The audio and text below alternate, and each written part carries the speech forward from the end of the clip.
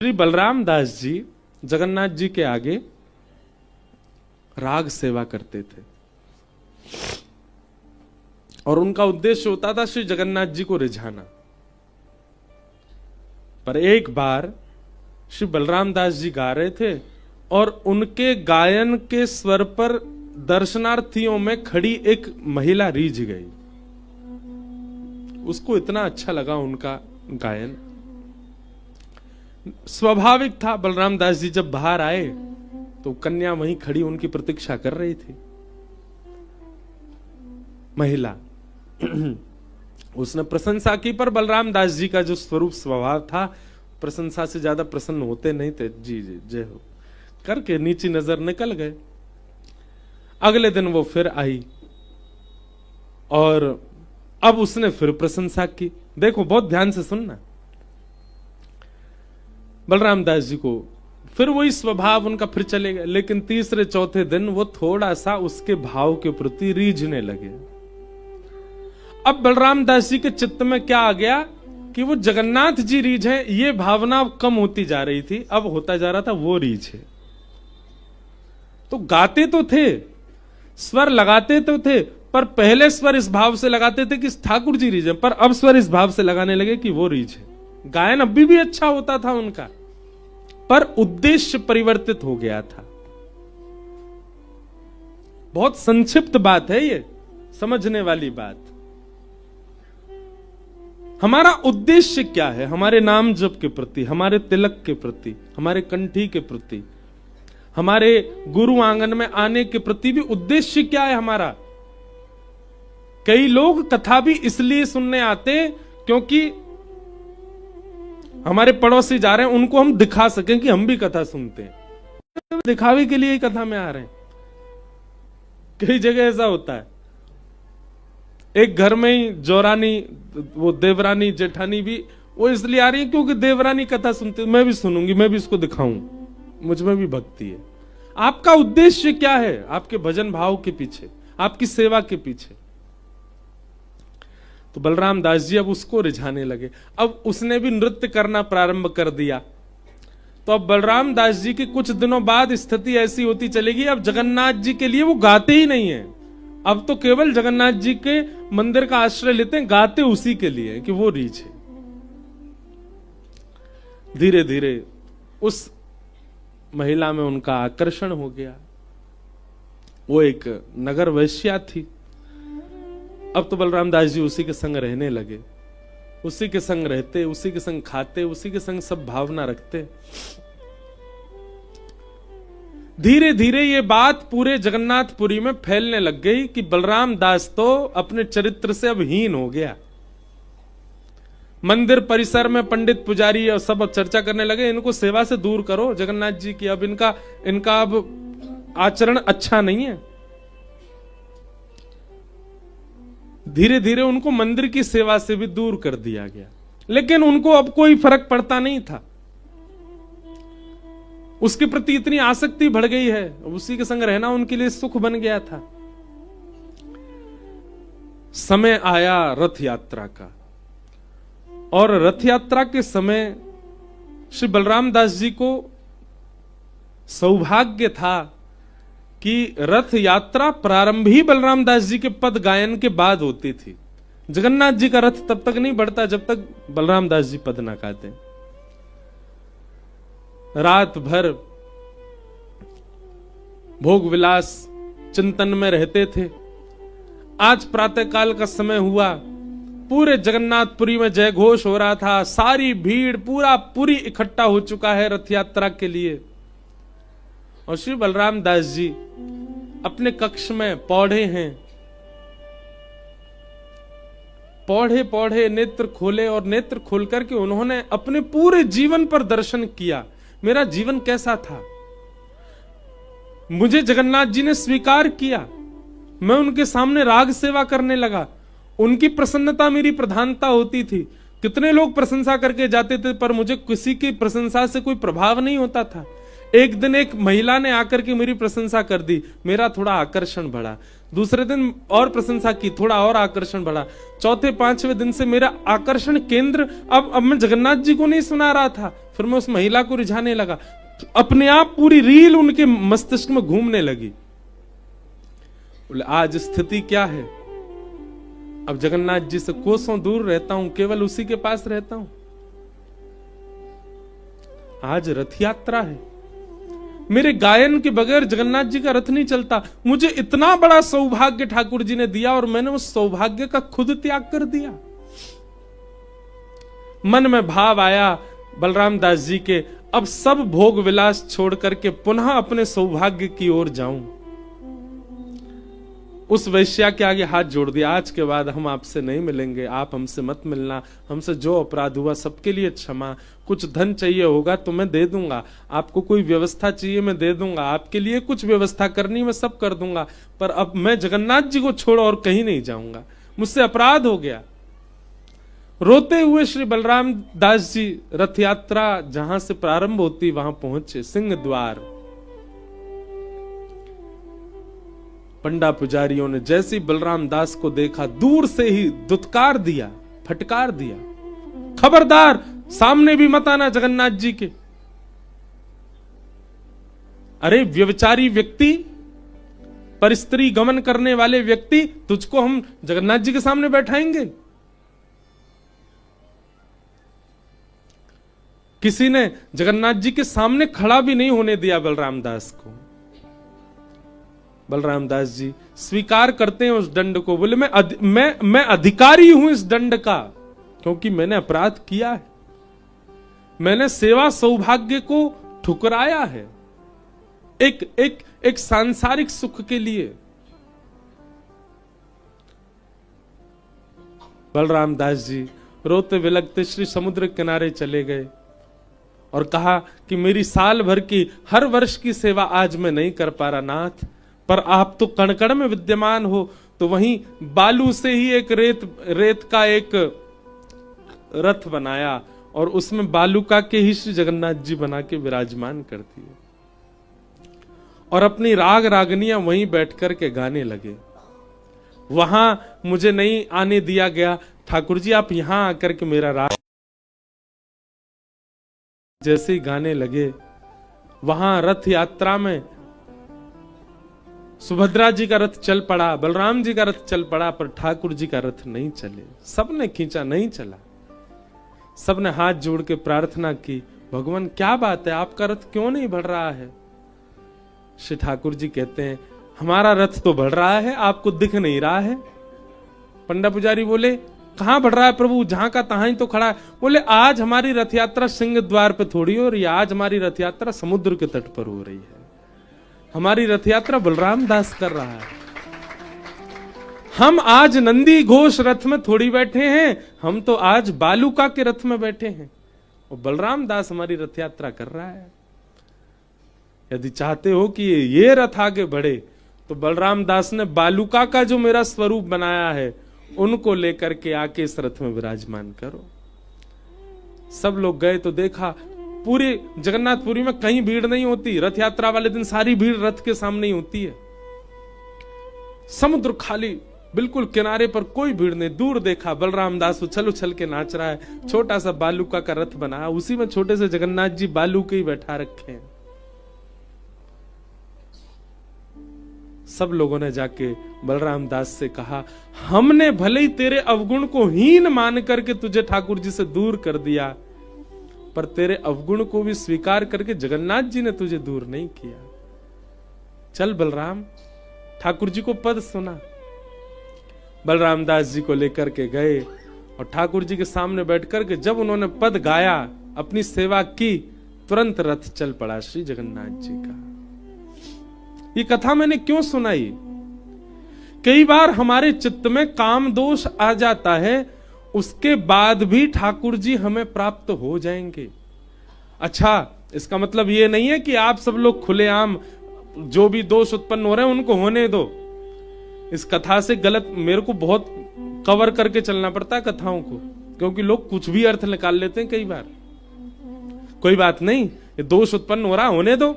महाराज जी बता तो रहे थे, ठाकुर जी तो फिर भी स्वीकार कर लेते हैं। अगर ये कथा सुनने के बाद दोष उत्पन्न हुआ और फिर भी आपने दोष को नजरअंदाज किया तो ठाकुर जी स्वीकार नहीं करेंगे, हम व्यासपीठ पर बैठ के कह रहे हैं।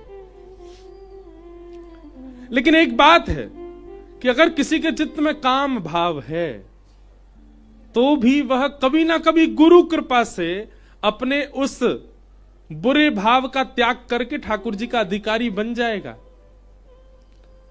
किसी के चित्त में क्रोध ज्यादा है तो क्रोधी भक्त भी भगवत प्राप्ति कर लेता है, किसी के चित्त में लोभ है तो लोभी भक्त भी भगवत प्राप्ति कर लेता है। और जितने भी दोष हैं संसार में हमारे मन में आने वाले स्वीकार कर सकते हैं, पर एकमात्र ईर्ष्या ऐसा दोष है जिस दोष के आने पर ठाकुर जी स्वीकार नहीं करते। आपके अंदर क्रोध है, कोई बात नहीं, कथा सुनो, ठाकुर जी प्राप्त कर लेंगे। आपके अंदर मोह है, भगवत प्राप्ति हो जाएगी। आपके अंदर काम भी है तो धीरे धीरे गुरु कृपा सत्संग श्रवण करने से उसकी मात्रा कम होगी, ठाकुर जी प्राप्त कर लेंगे। लेकिन कहीं आपके चित्त में यदि ईर्ष्या है, ठाकुर जी स्वीकार नहीं करेंगे। अभी हापुड़ की कथा में भाव आ रहा था कि श्री भक्तमाल जी में भी कई भक्तों के चरित्र हैं और उन भक्त चरित्रों में भी कई भक्तों में दोष भी थे। ठाकुर जी ने उन दोषों को नजरअंदाज करके स्वीकार किया, पर एक भी भक्त का ऐसा चरित्र नहीं मिला जहां पर ईर्ष्यालु भक्त को ठाकुर जी ने स्वीकार किया हो। ईर्ष्यालु को भगवत प्राप्ति नहीं हो सकती।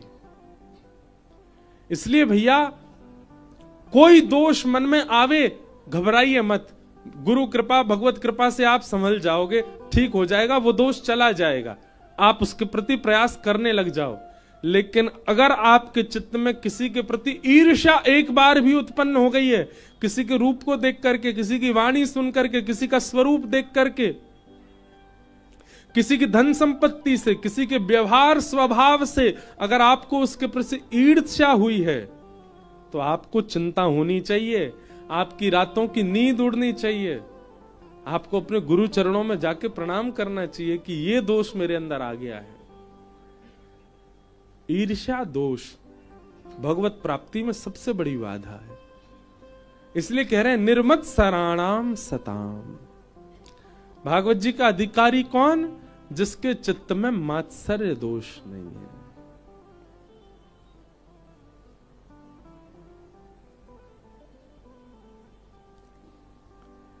निंदा चुगली ना जिसको सुहाए, बुरी संगत की रंगत न भाए। जिसको सत्संग हरदम पसंद है, उसको हर घड़ी आनंद ही आनंद है। ओ जिसको सत्संग हरदम पसंद है, उसको हर घड़ी आनंद ही आनंद है। जिसको सत्संग हरदम पसंद है, उसको हर घड़ी आनंद ही आनंद है। जिसको सत्संग हरदम पसंद है, उसको हर घड़ी आनंद ही आनंद है। ओ श्याम प्यारे से जिसका संबंध है, उसको हर घड़ी आनंद ही आनंद है। श्याम प्यारे से जिसका संबंध है, उसको हर घड़ी आनंद। दोहरा के गा। हो निंदा चुगली ना जिसको सुहावे, निंदा निंदा चुगली ना जिसको सुहावे, निंदा चुगली ना जिसको सुहाए। हे बुरी संगत की रंगत न भावे। बुरी संगत की रंगत न भावे। एक स्वभाव बता रहा हूं मैं आपको। कई बार ऐसा होता है कि बालकों के अंदर अवगुण नहीं है, पर जब वो देखते हैं किसी गलत काम करने वाले को धुआं उड़ा रहा है मुंह से, उसके मन में इच्छा हो जाती मैं भी उड़ा के देखूं। किसी को पीला पानी पीते हुए देखते हैं तो उनके मन में भी इच्छा होती है हम भी पी के देखें कैसा है। ये बहुत बड़ा अपराध है भैया। अगर बालक के मन में ये बात आ रही है तो उसको संभालना चाहिए, पर बड़ों के मन में यदि ये भाव आ रहा है तो निश्चित है ठाकुर जी दूर हैं आपसे। लेकिन कहीं दिखे कि कोई करताल लेकर के कीर्तन कर रहा है, ब्रजरज लगा करके उछल उछल करके वृंदावन परिक्रमा कर रहा है, धोती पहनता है, बगलबंदी पहनता है, उसके रूप को देख करके मन में आ जाए कि मैं भी ऐसे रहूं, तो समझो ठाकुर जी स्वीकार करना चाह रहे हैं। किसी की बुरी संगत यदि आपको अच्छी लग रही है तो ठाकुर जी आपसे दूर हैं। निंदा चुगली ना जिसको सुहावे, निंदा चुगली ना जिसको सुहावे, हे बुरी संगत की रंगत न भावे, बुरी संगत की रंगत ना भावे, हे बुरी संगत की रंगत न भावे, बुरी संगत की रंगत ना भावे। ओ जिसको सत्संग हरदम पसंद है, जिसको सत्संग हरदम पसंद है, जिसको सत्संग हरदम पसंद है, जिसको सत्संग हरदम पसंद है, ओ उसको हर घड़ी आनंद ही आनंद है, उसको हर घड़ी आनंद ही आनंद है, ओ उसको हर घड़ी आनंद ही आनंद है, उसको हर घड़ी आनंद ही आनंद है। ओ श्याम प्यारे से मुरली वाले से, ओ मुरली वाले से जिसका संबंध है, मुरली वाले से जिसका संबंध है, ओ राधा वल्लभ से जिसका संबंध है, राधा वल्लभ से जिसका संबंध है, ओ उसको हर घड़ी आनंद ही आनंद है, उसको हर घड़ी आनंद ही आनंद है, उसको हर घड़ी आनंद ही आनंद है, उसको हर घड़ी आनंद ही। बोलो राधा रमण लाल की। भुजा उठा के करताल बजा के गाओ।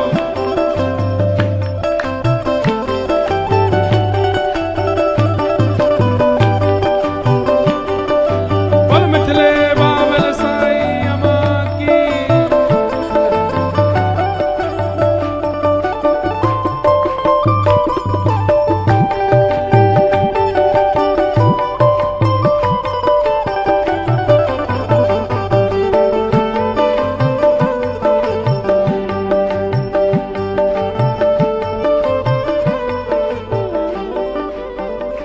झूठी ममता से करके किनारा, झूठी ममता से करके किनारा, झूठी ममता से करके किनारा, झूठी ममता से करके किनारा, हो लेके सच्चे प्रभु का सहारा, बोलेंगे सच्चे प्रभु का सहारा, हो लेके सच्चे प्रभु का सहारा, बोलेंगे सच्चे प्रभु का सहारा। ओ जिसके हृदय में बाल मुकुंद है, जिसके हृदय में बाल मुकुंद है, जिसके हृदय में बाल मुकुंद है, जिसके हृदय में बाल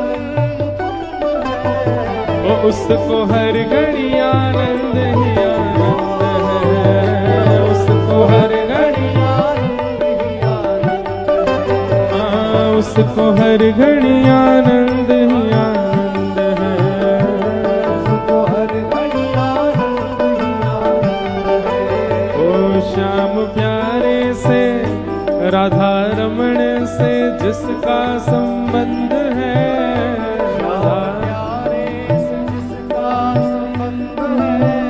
कुंज बिहारी से जिसका संबंध है, कुंज बिहारी से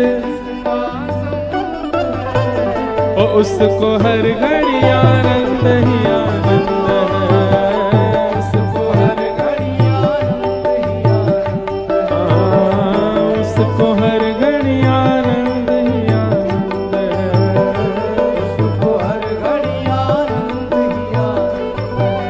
ओ साईं अम्मा से जिसका संबंध है,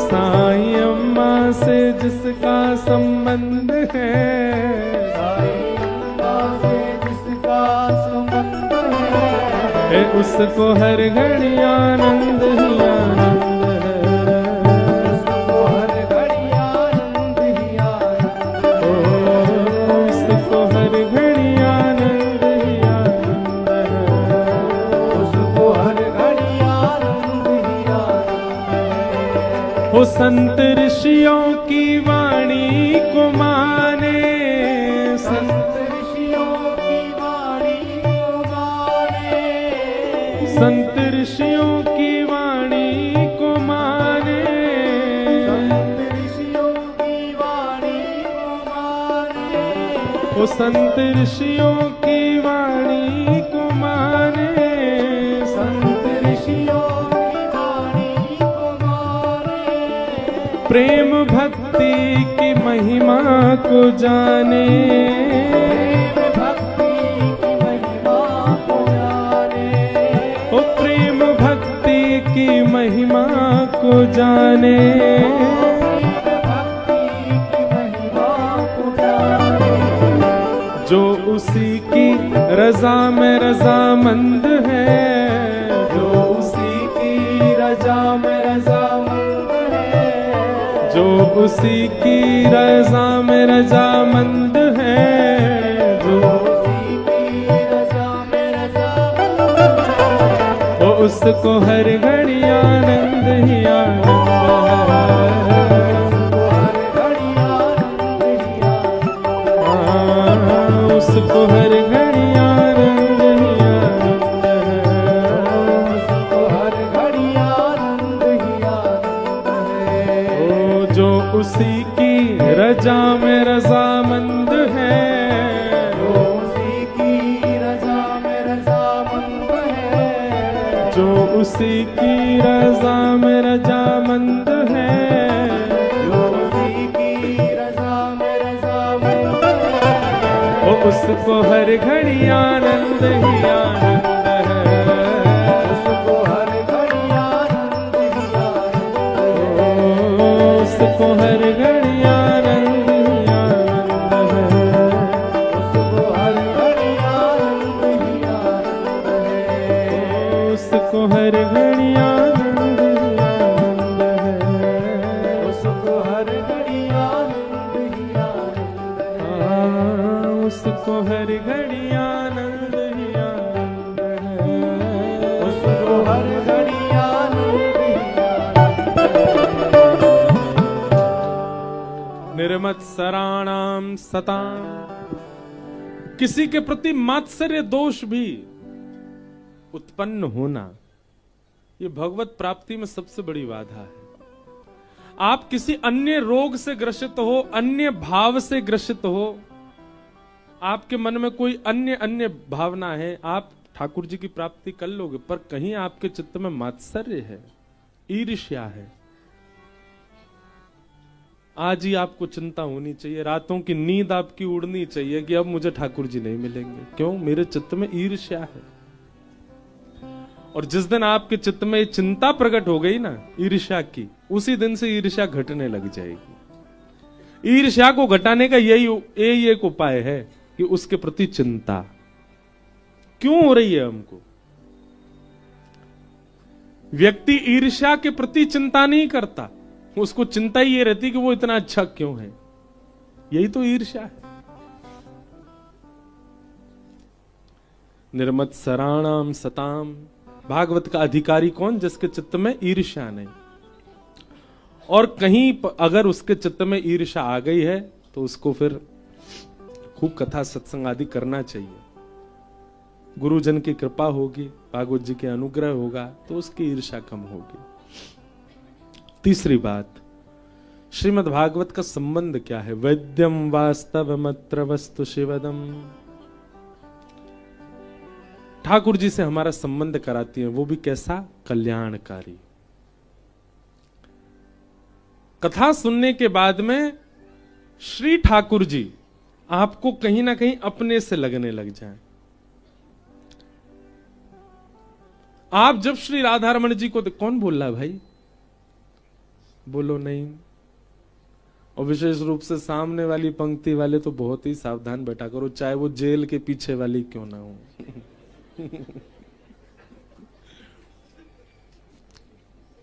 बेचारे यहां वाले बहुत शांति से बैठते हैं, सामने वाले तो उठते बैठते ही रहते हैं।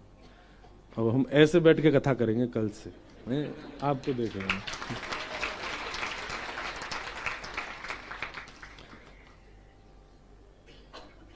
तो सामने वाले ने थोड़ा सावधान रहो। इतने पास आप लोग बैठ गए हो, व्यास मंच के बिल्कुल सामने बैठे हो, तो सामने वालों को तो बिल्कुल ऐसे बैठना चाहिए, मेरुदंड। उबासी भी नहीं आनी चाहिए आपको। इधर वाले बेचारे बड़े भोले, यहां देख रहे हैं हमको। तो हम क्या कह रहे थे? वैद्यम वास्तवमत्र वस्तु शिवदम। कथा सुनने के बाद ठाकुर जी अपने से लगने लगे, एक अपनत्व की भावना उनके प्रति प्रकट होने लग जाए। ये मेरे हैं। अच्छा, एक और बात कहें आपसे, आपने कथा सुनी तो आपके हृदय में परिवर्तन आएगा, पर कई बार ऐसा भी देखा गया है जिसका हृदय परिवर्तित हो चुका है, उसकी दृष्टि पड़ जाए तो भी परिवर्तन आ जाता है।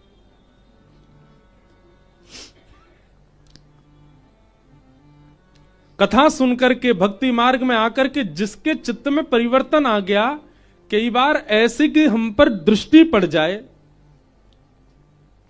तो भी हमने भली कथा का आश्रय नहीं लिया, हमने भली सत्संग का आश्रय नहीं लिया, पर जो सत्संग करता है, जो कथा सुनता है, उसके मन में आ गया कि मुझे इसको बदलना है, तो उसके मन में आने से हम बदल जाएंगे, परिवर्तित हो जाएंगे।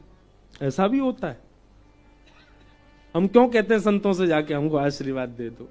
क्योंकि हमें ये विश्वास होता है कि ये परिवर्तित हो चुके हैं, अब ये कृपा करके हमको देख लें या ये चाह जाएं तो हमको ठाकुर जी मिल सकते हैं।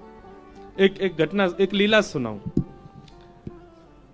सूरदास, उनके नेत्र नहीं थे, पर वो फिर भी रोज जाते थे श्रीनाथ जी का दर्शन करने। यहां भली चलाई हम पे दो दो हैं, फिर भी नहीं जाते। दो तो ठाकुर जी ने दिए, दो हमने पहन रखे हैं। चार चार आंखें हमारी, फिर भी नहीं जाते। आपकी क्या कह रहे हैं? हम अपनी खुद की कह रहे हैं। पर हां, हम कम से कम सेवा तो कर रहे हैं अपनी।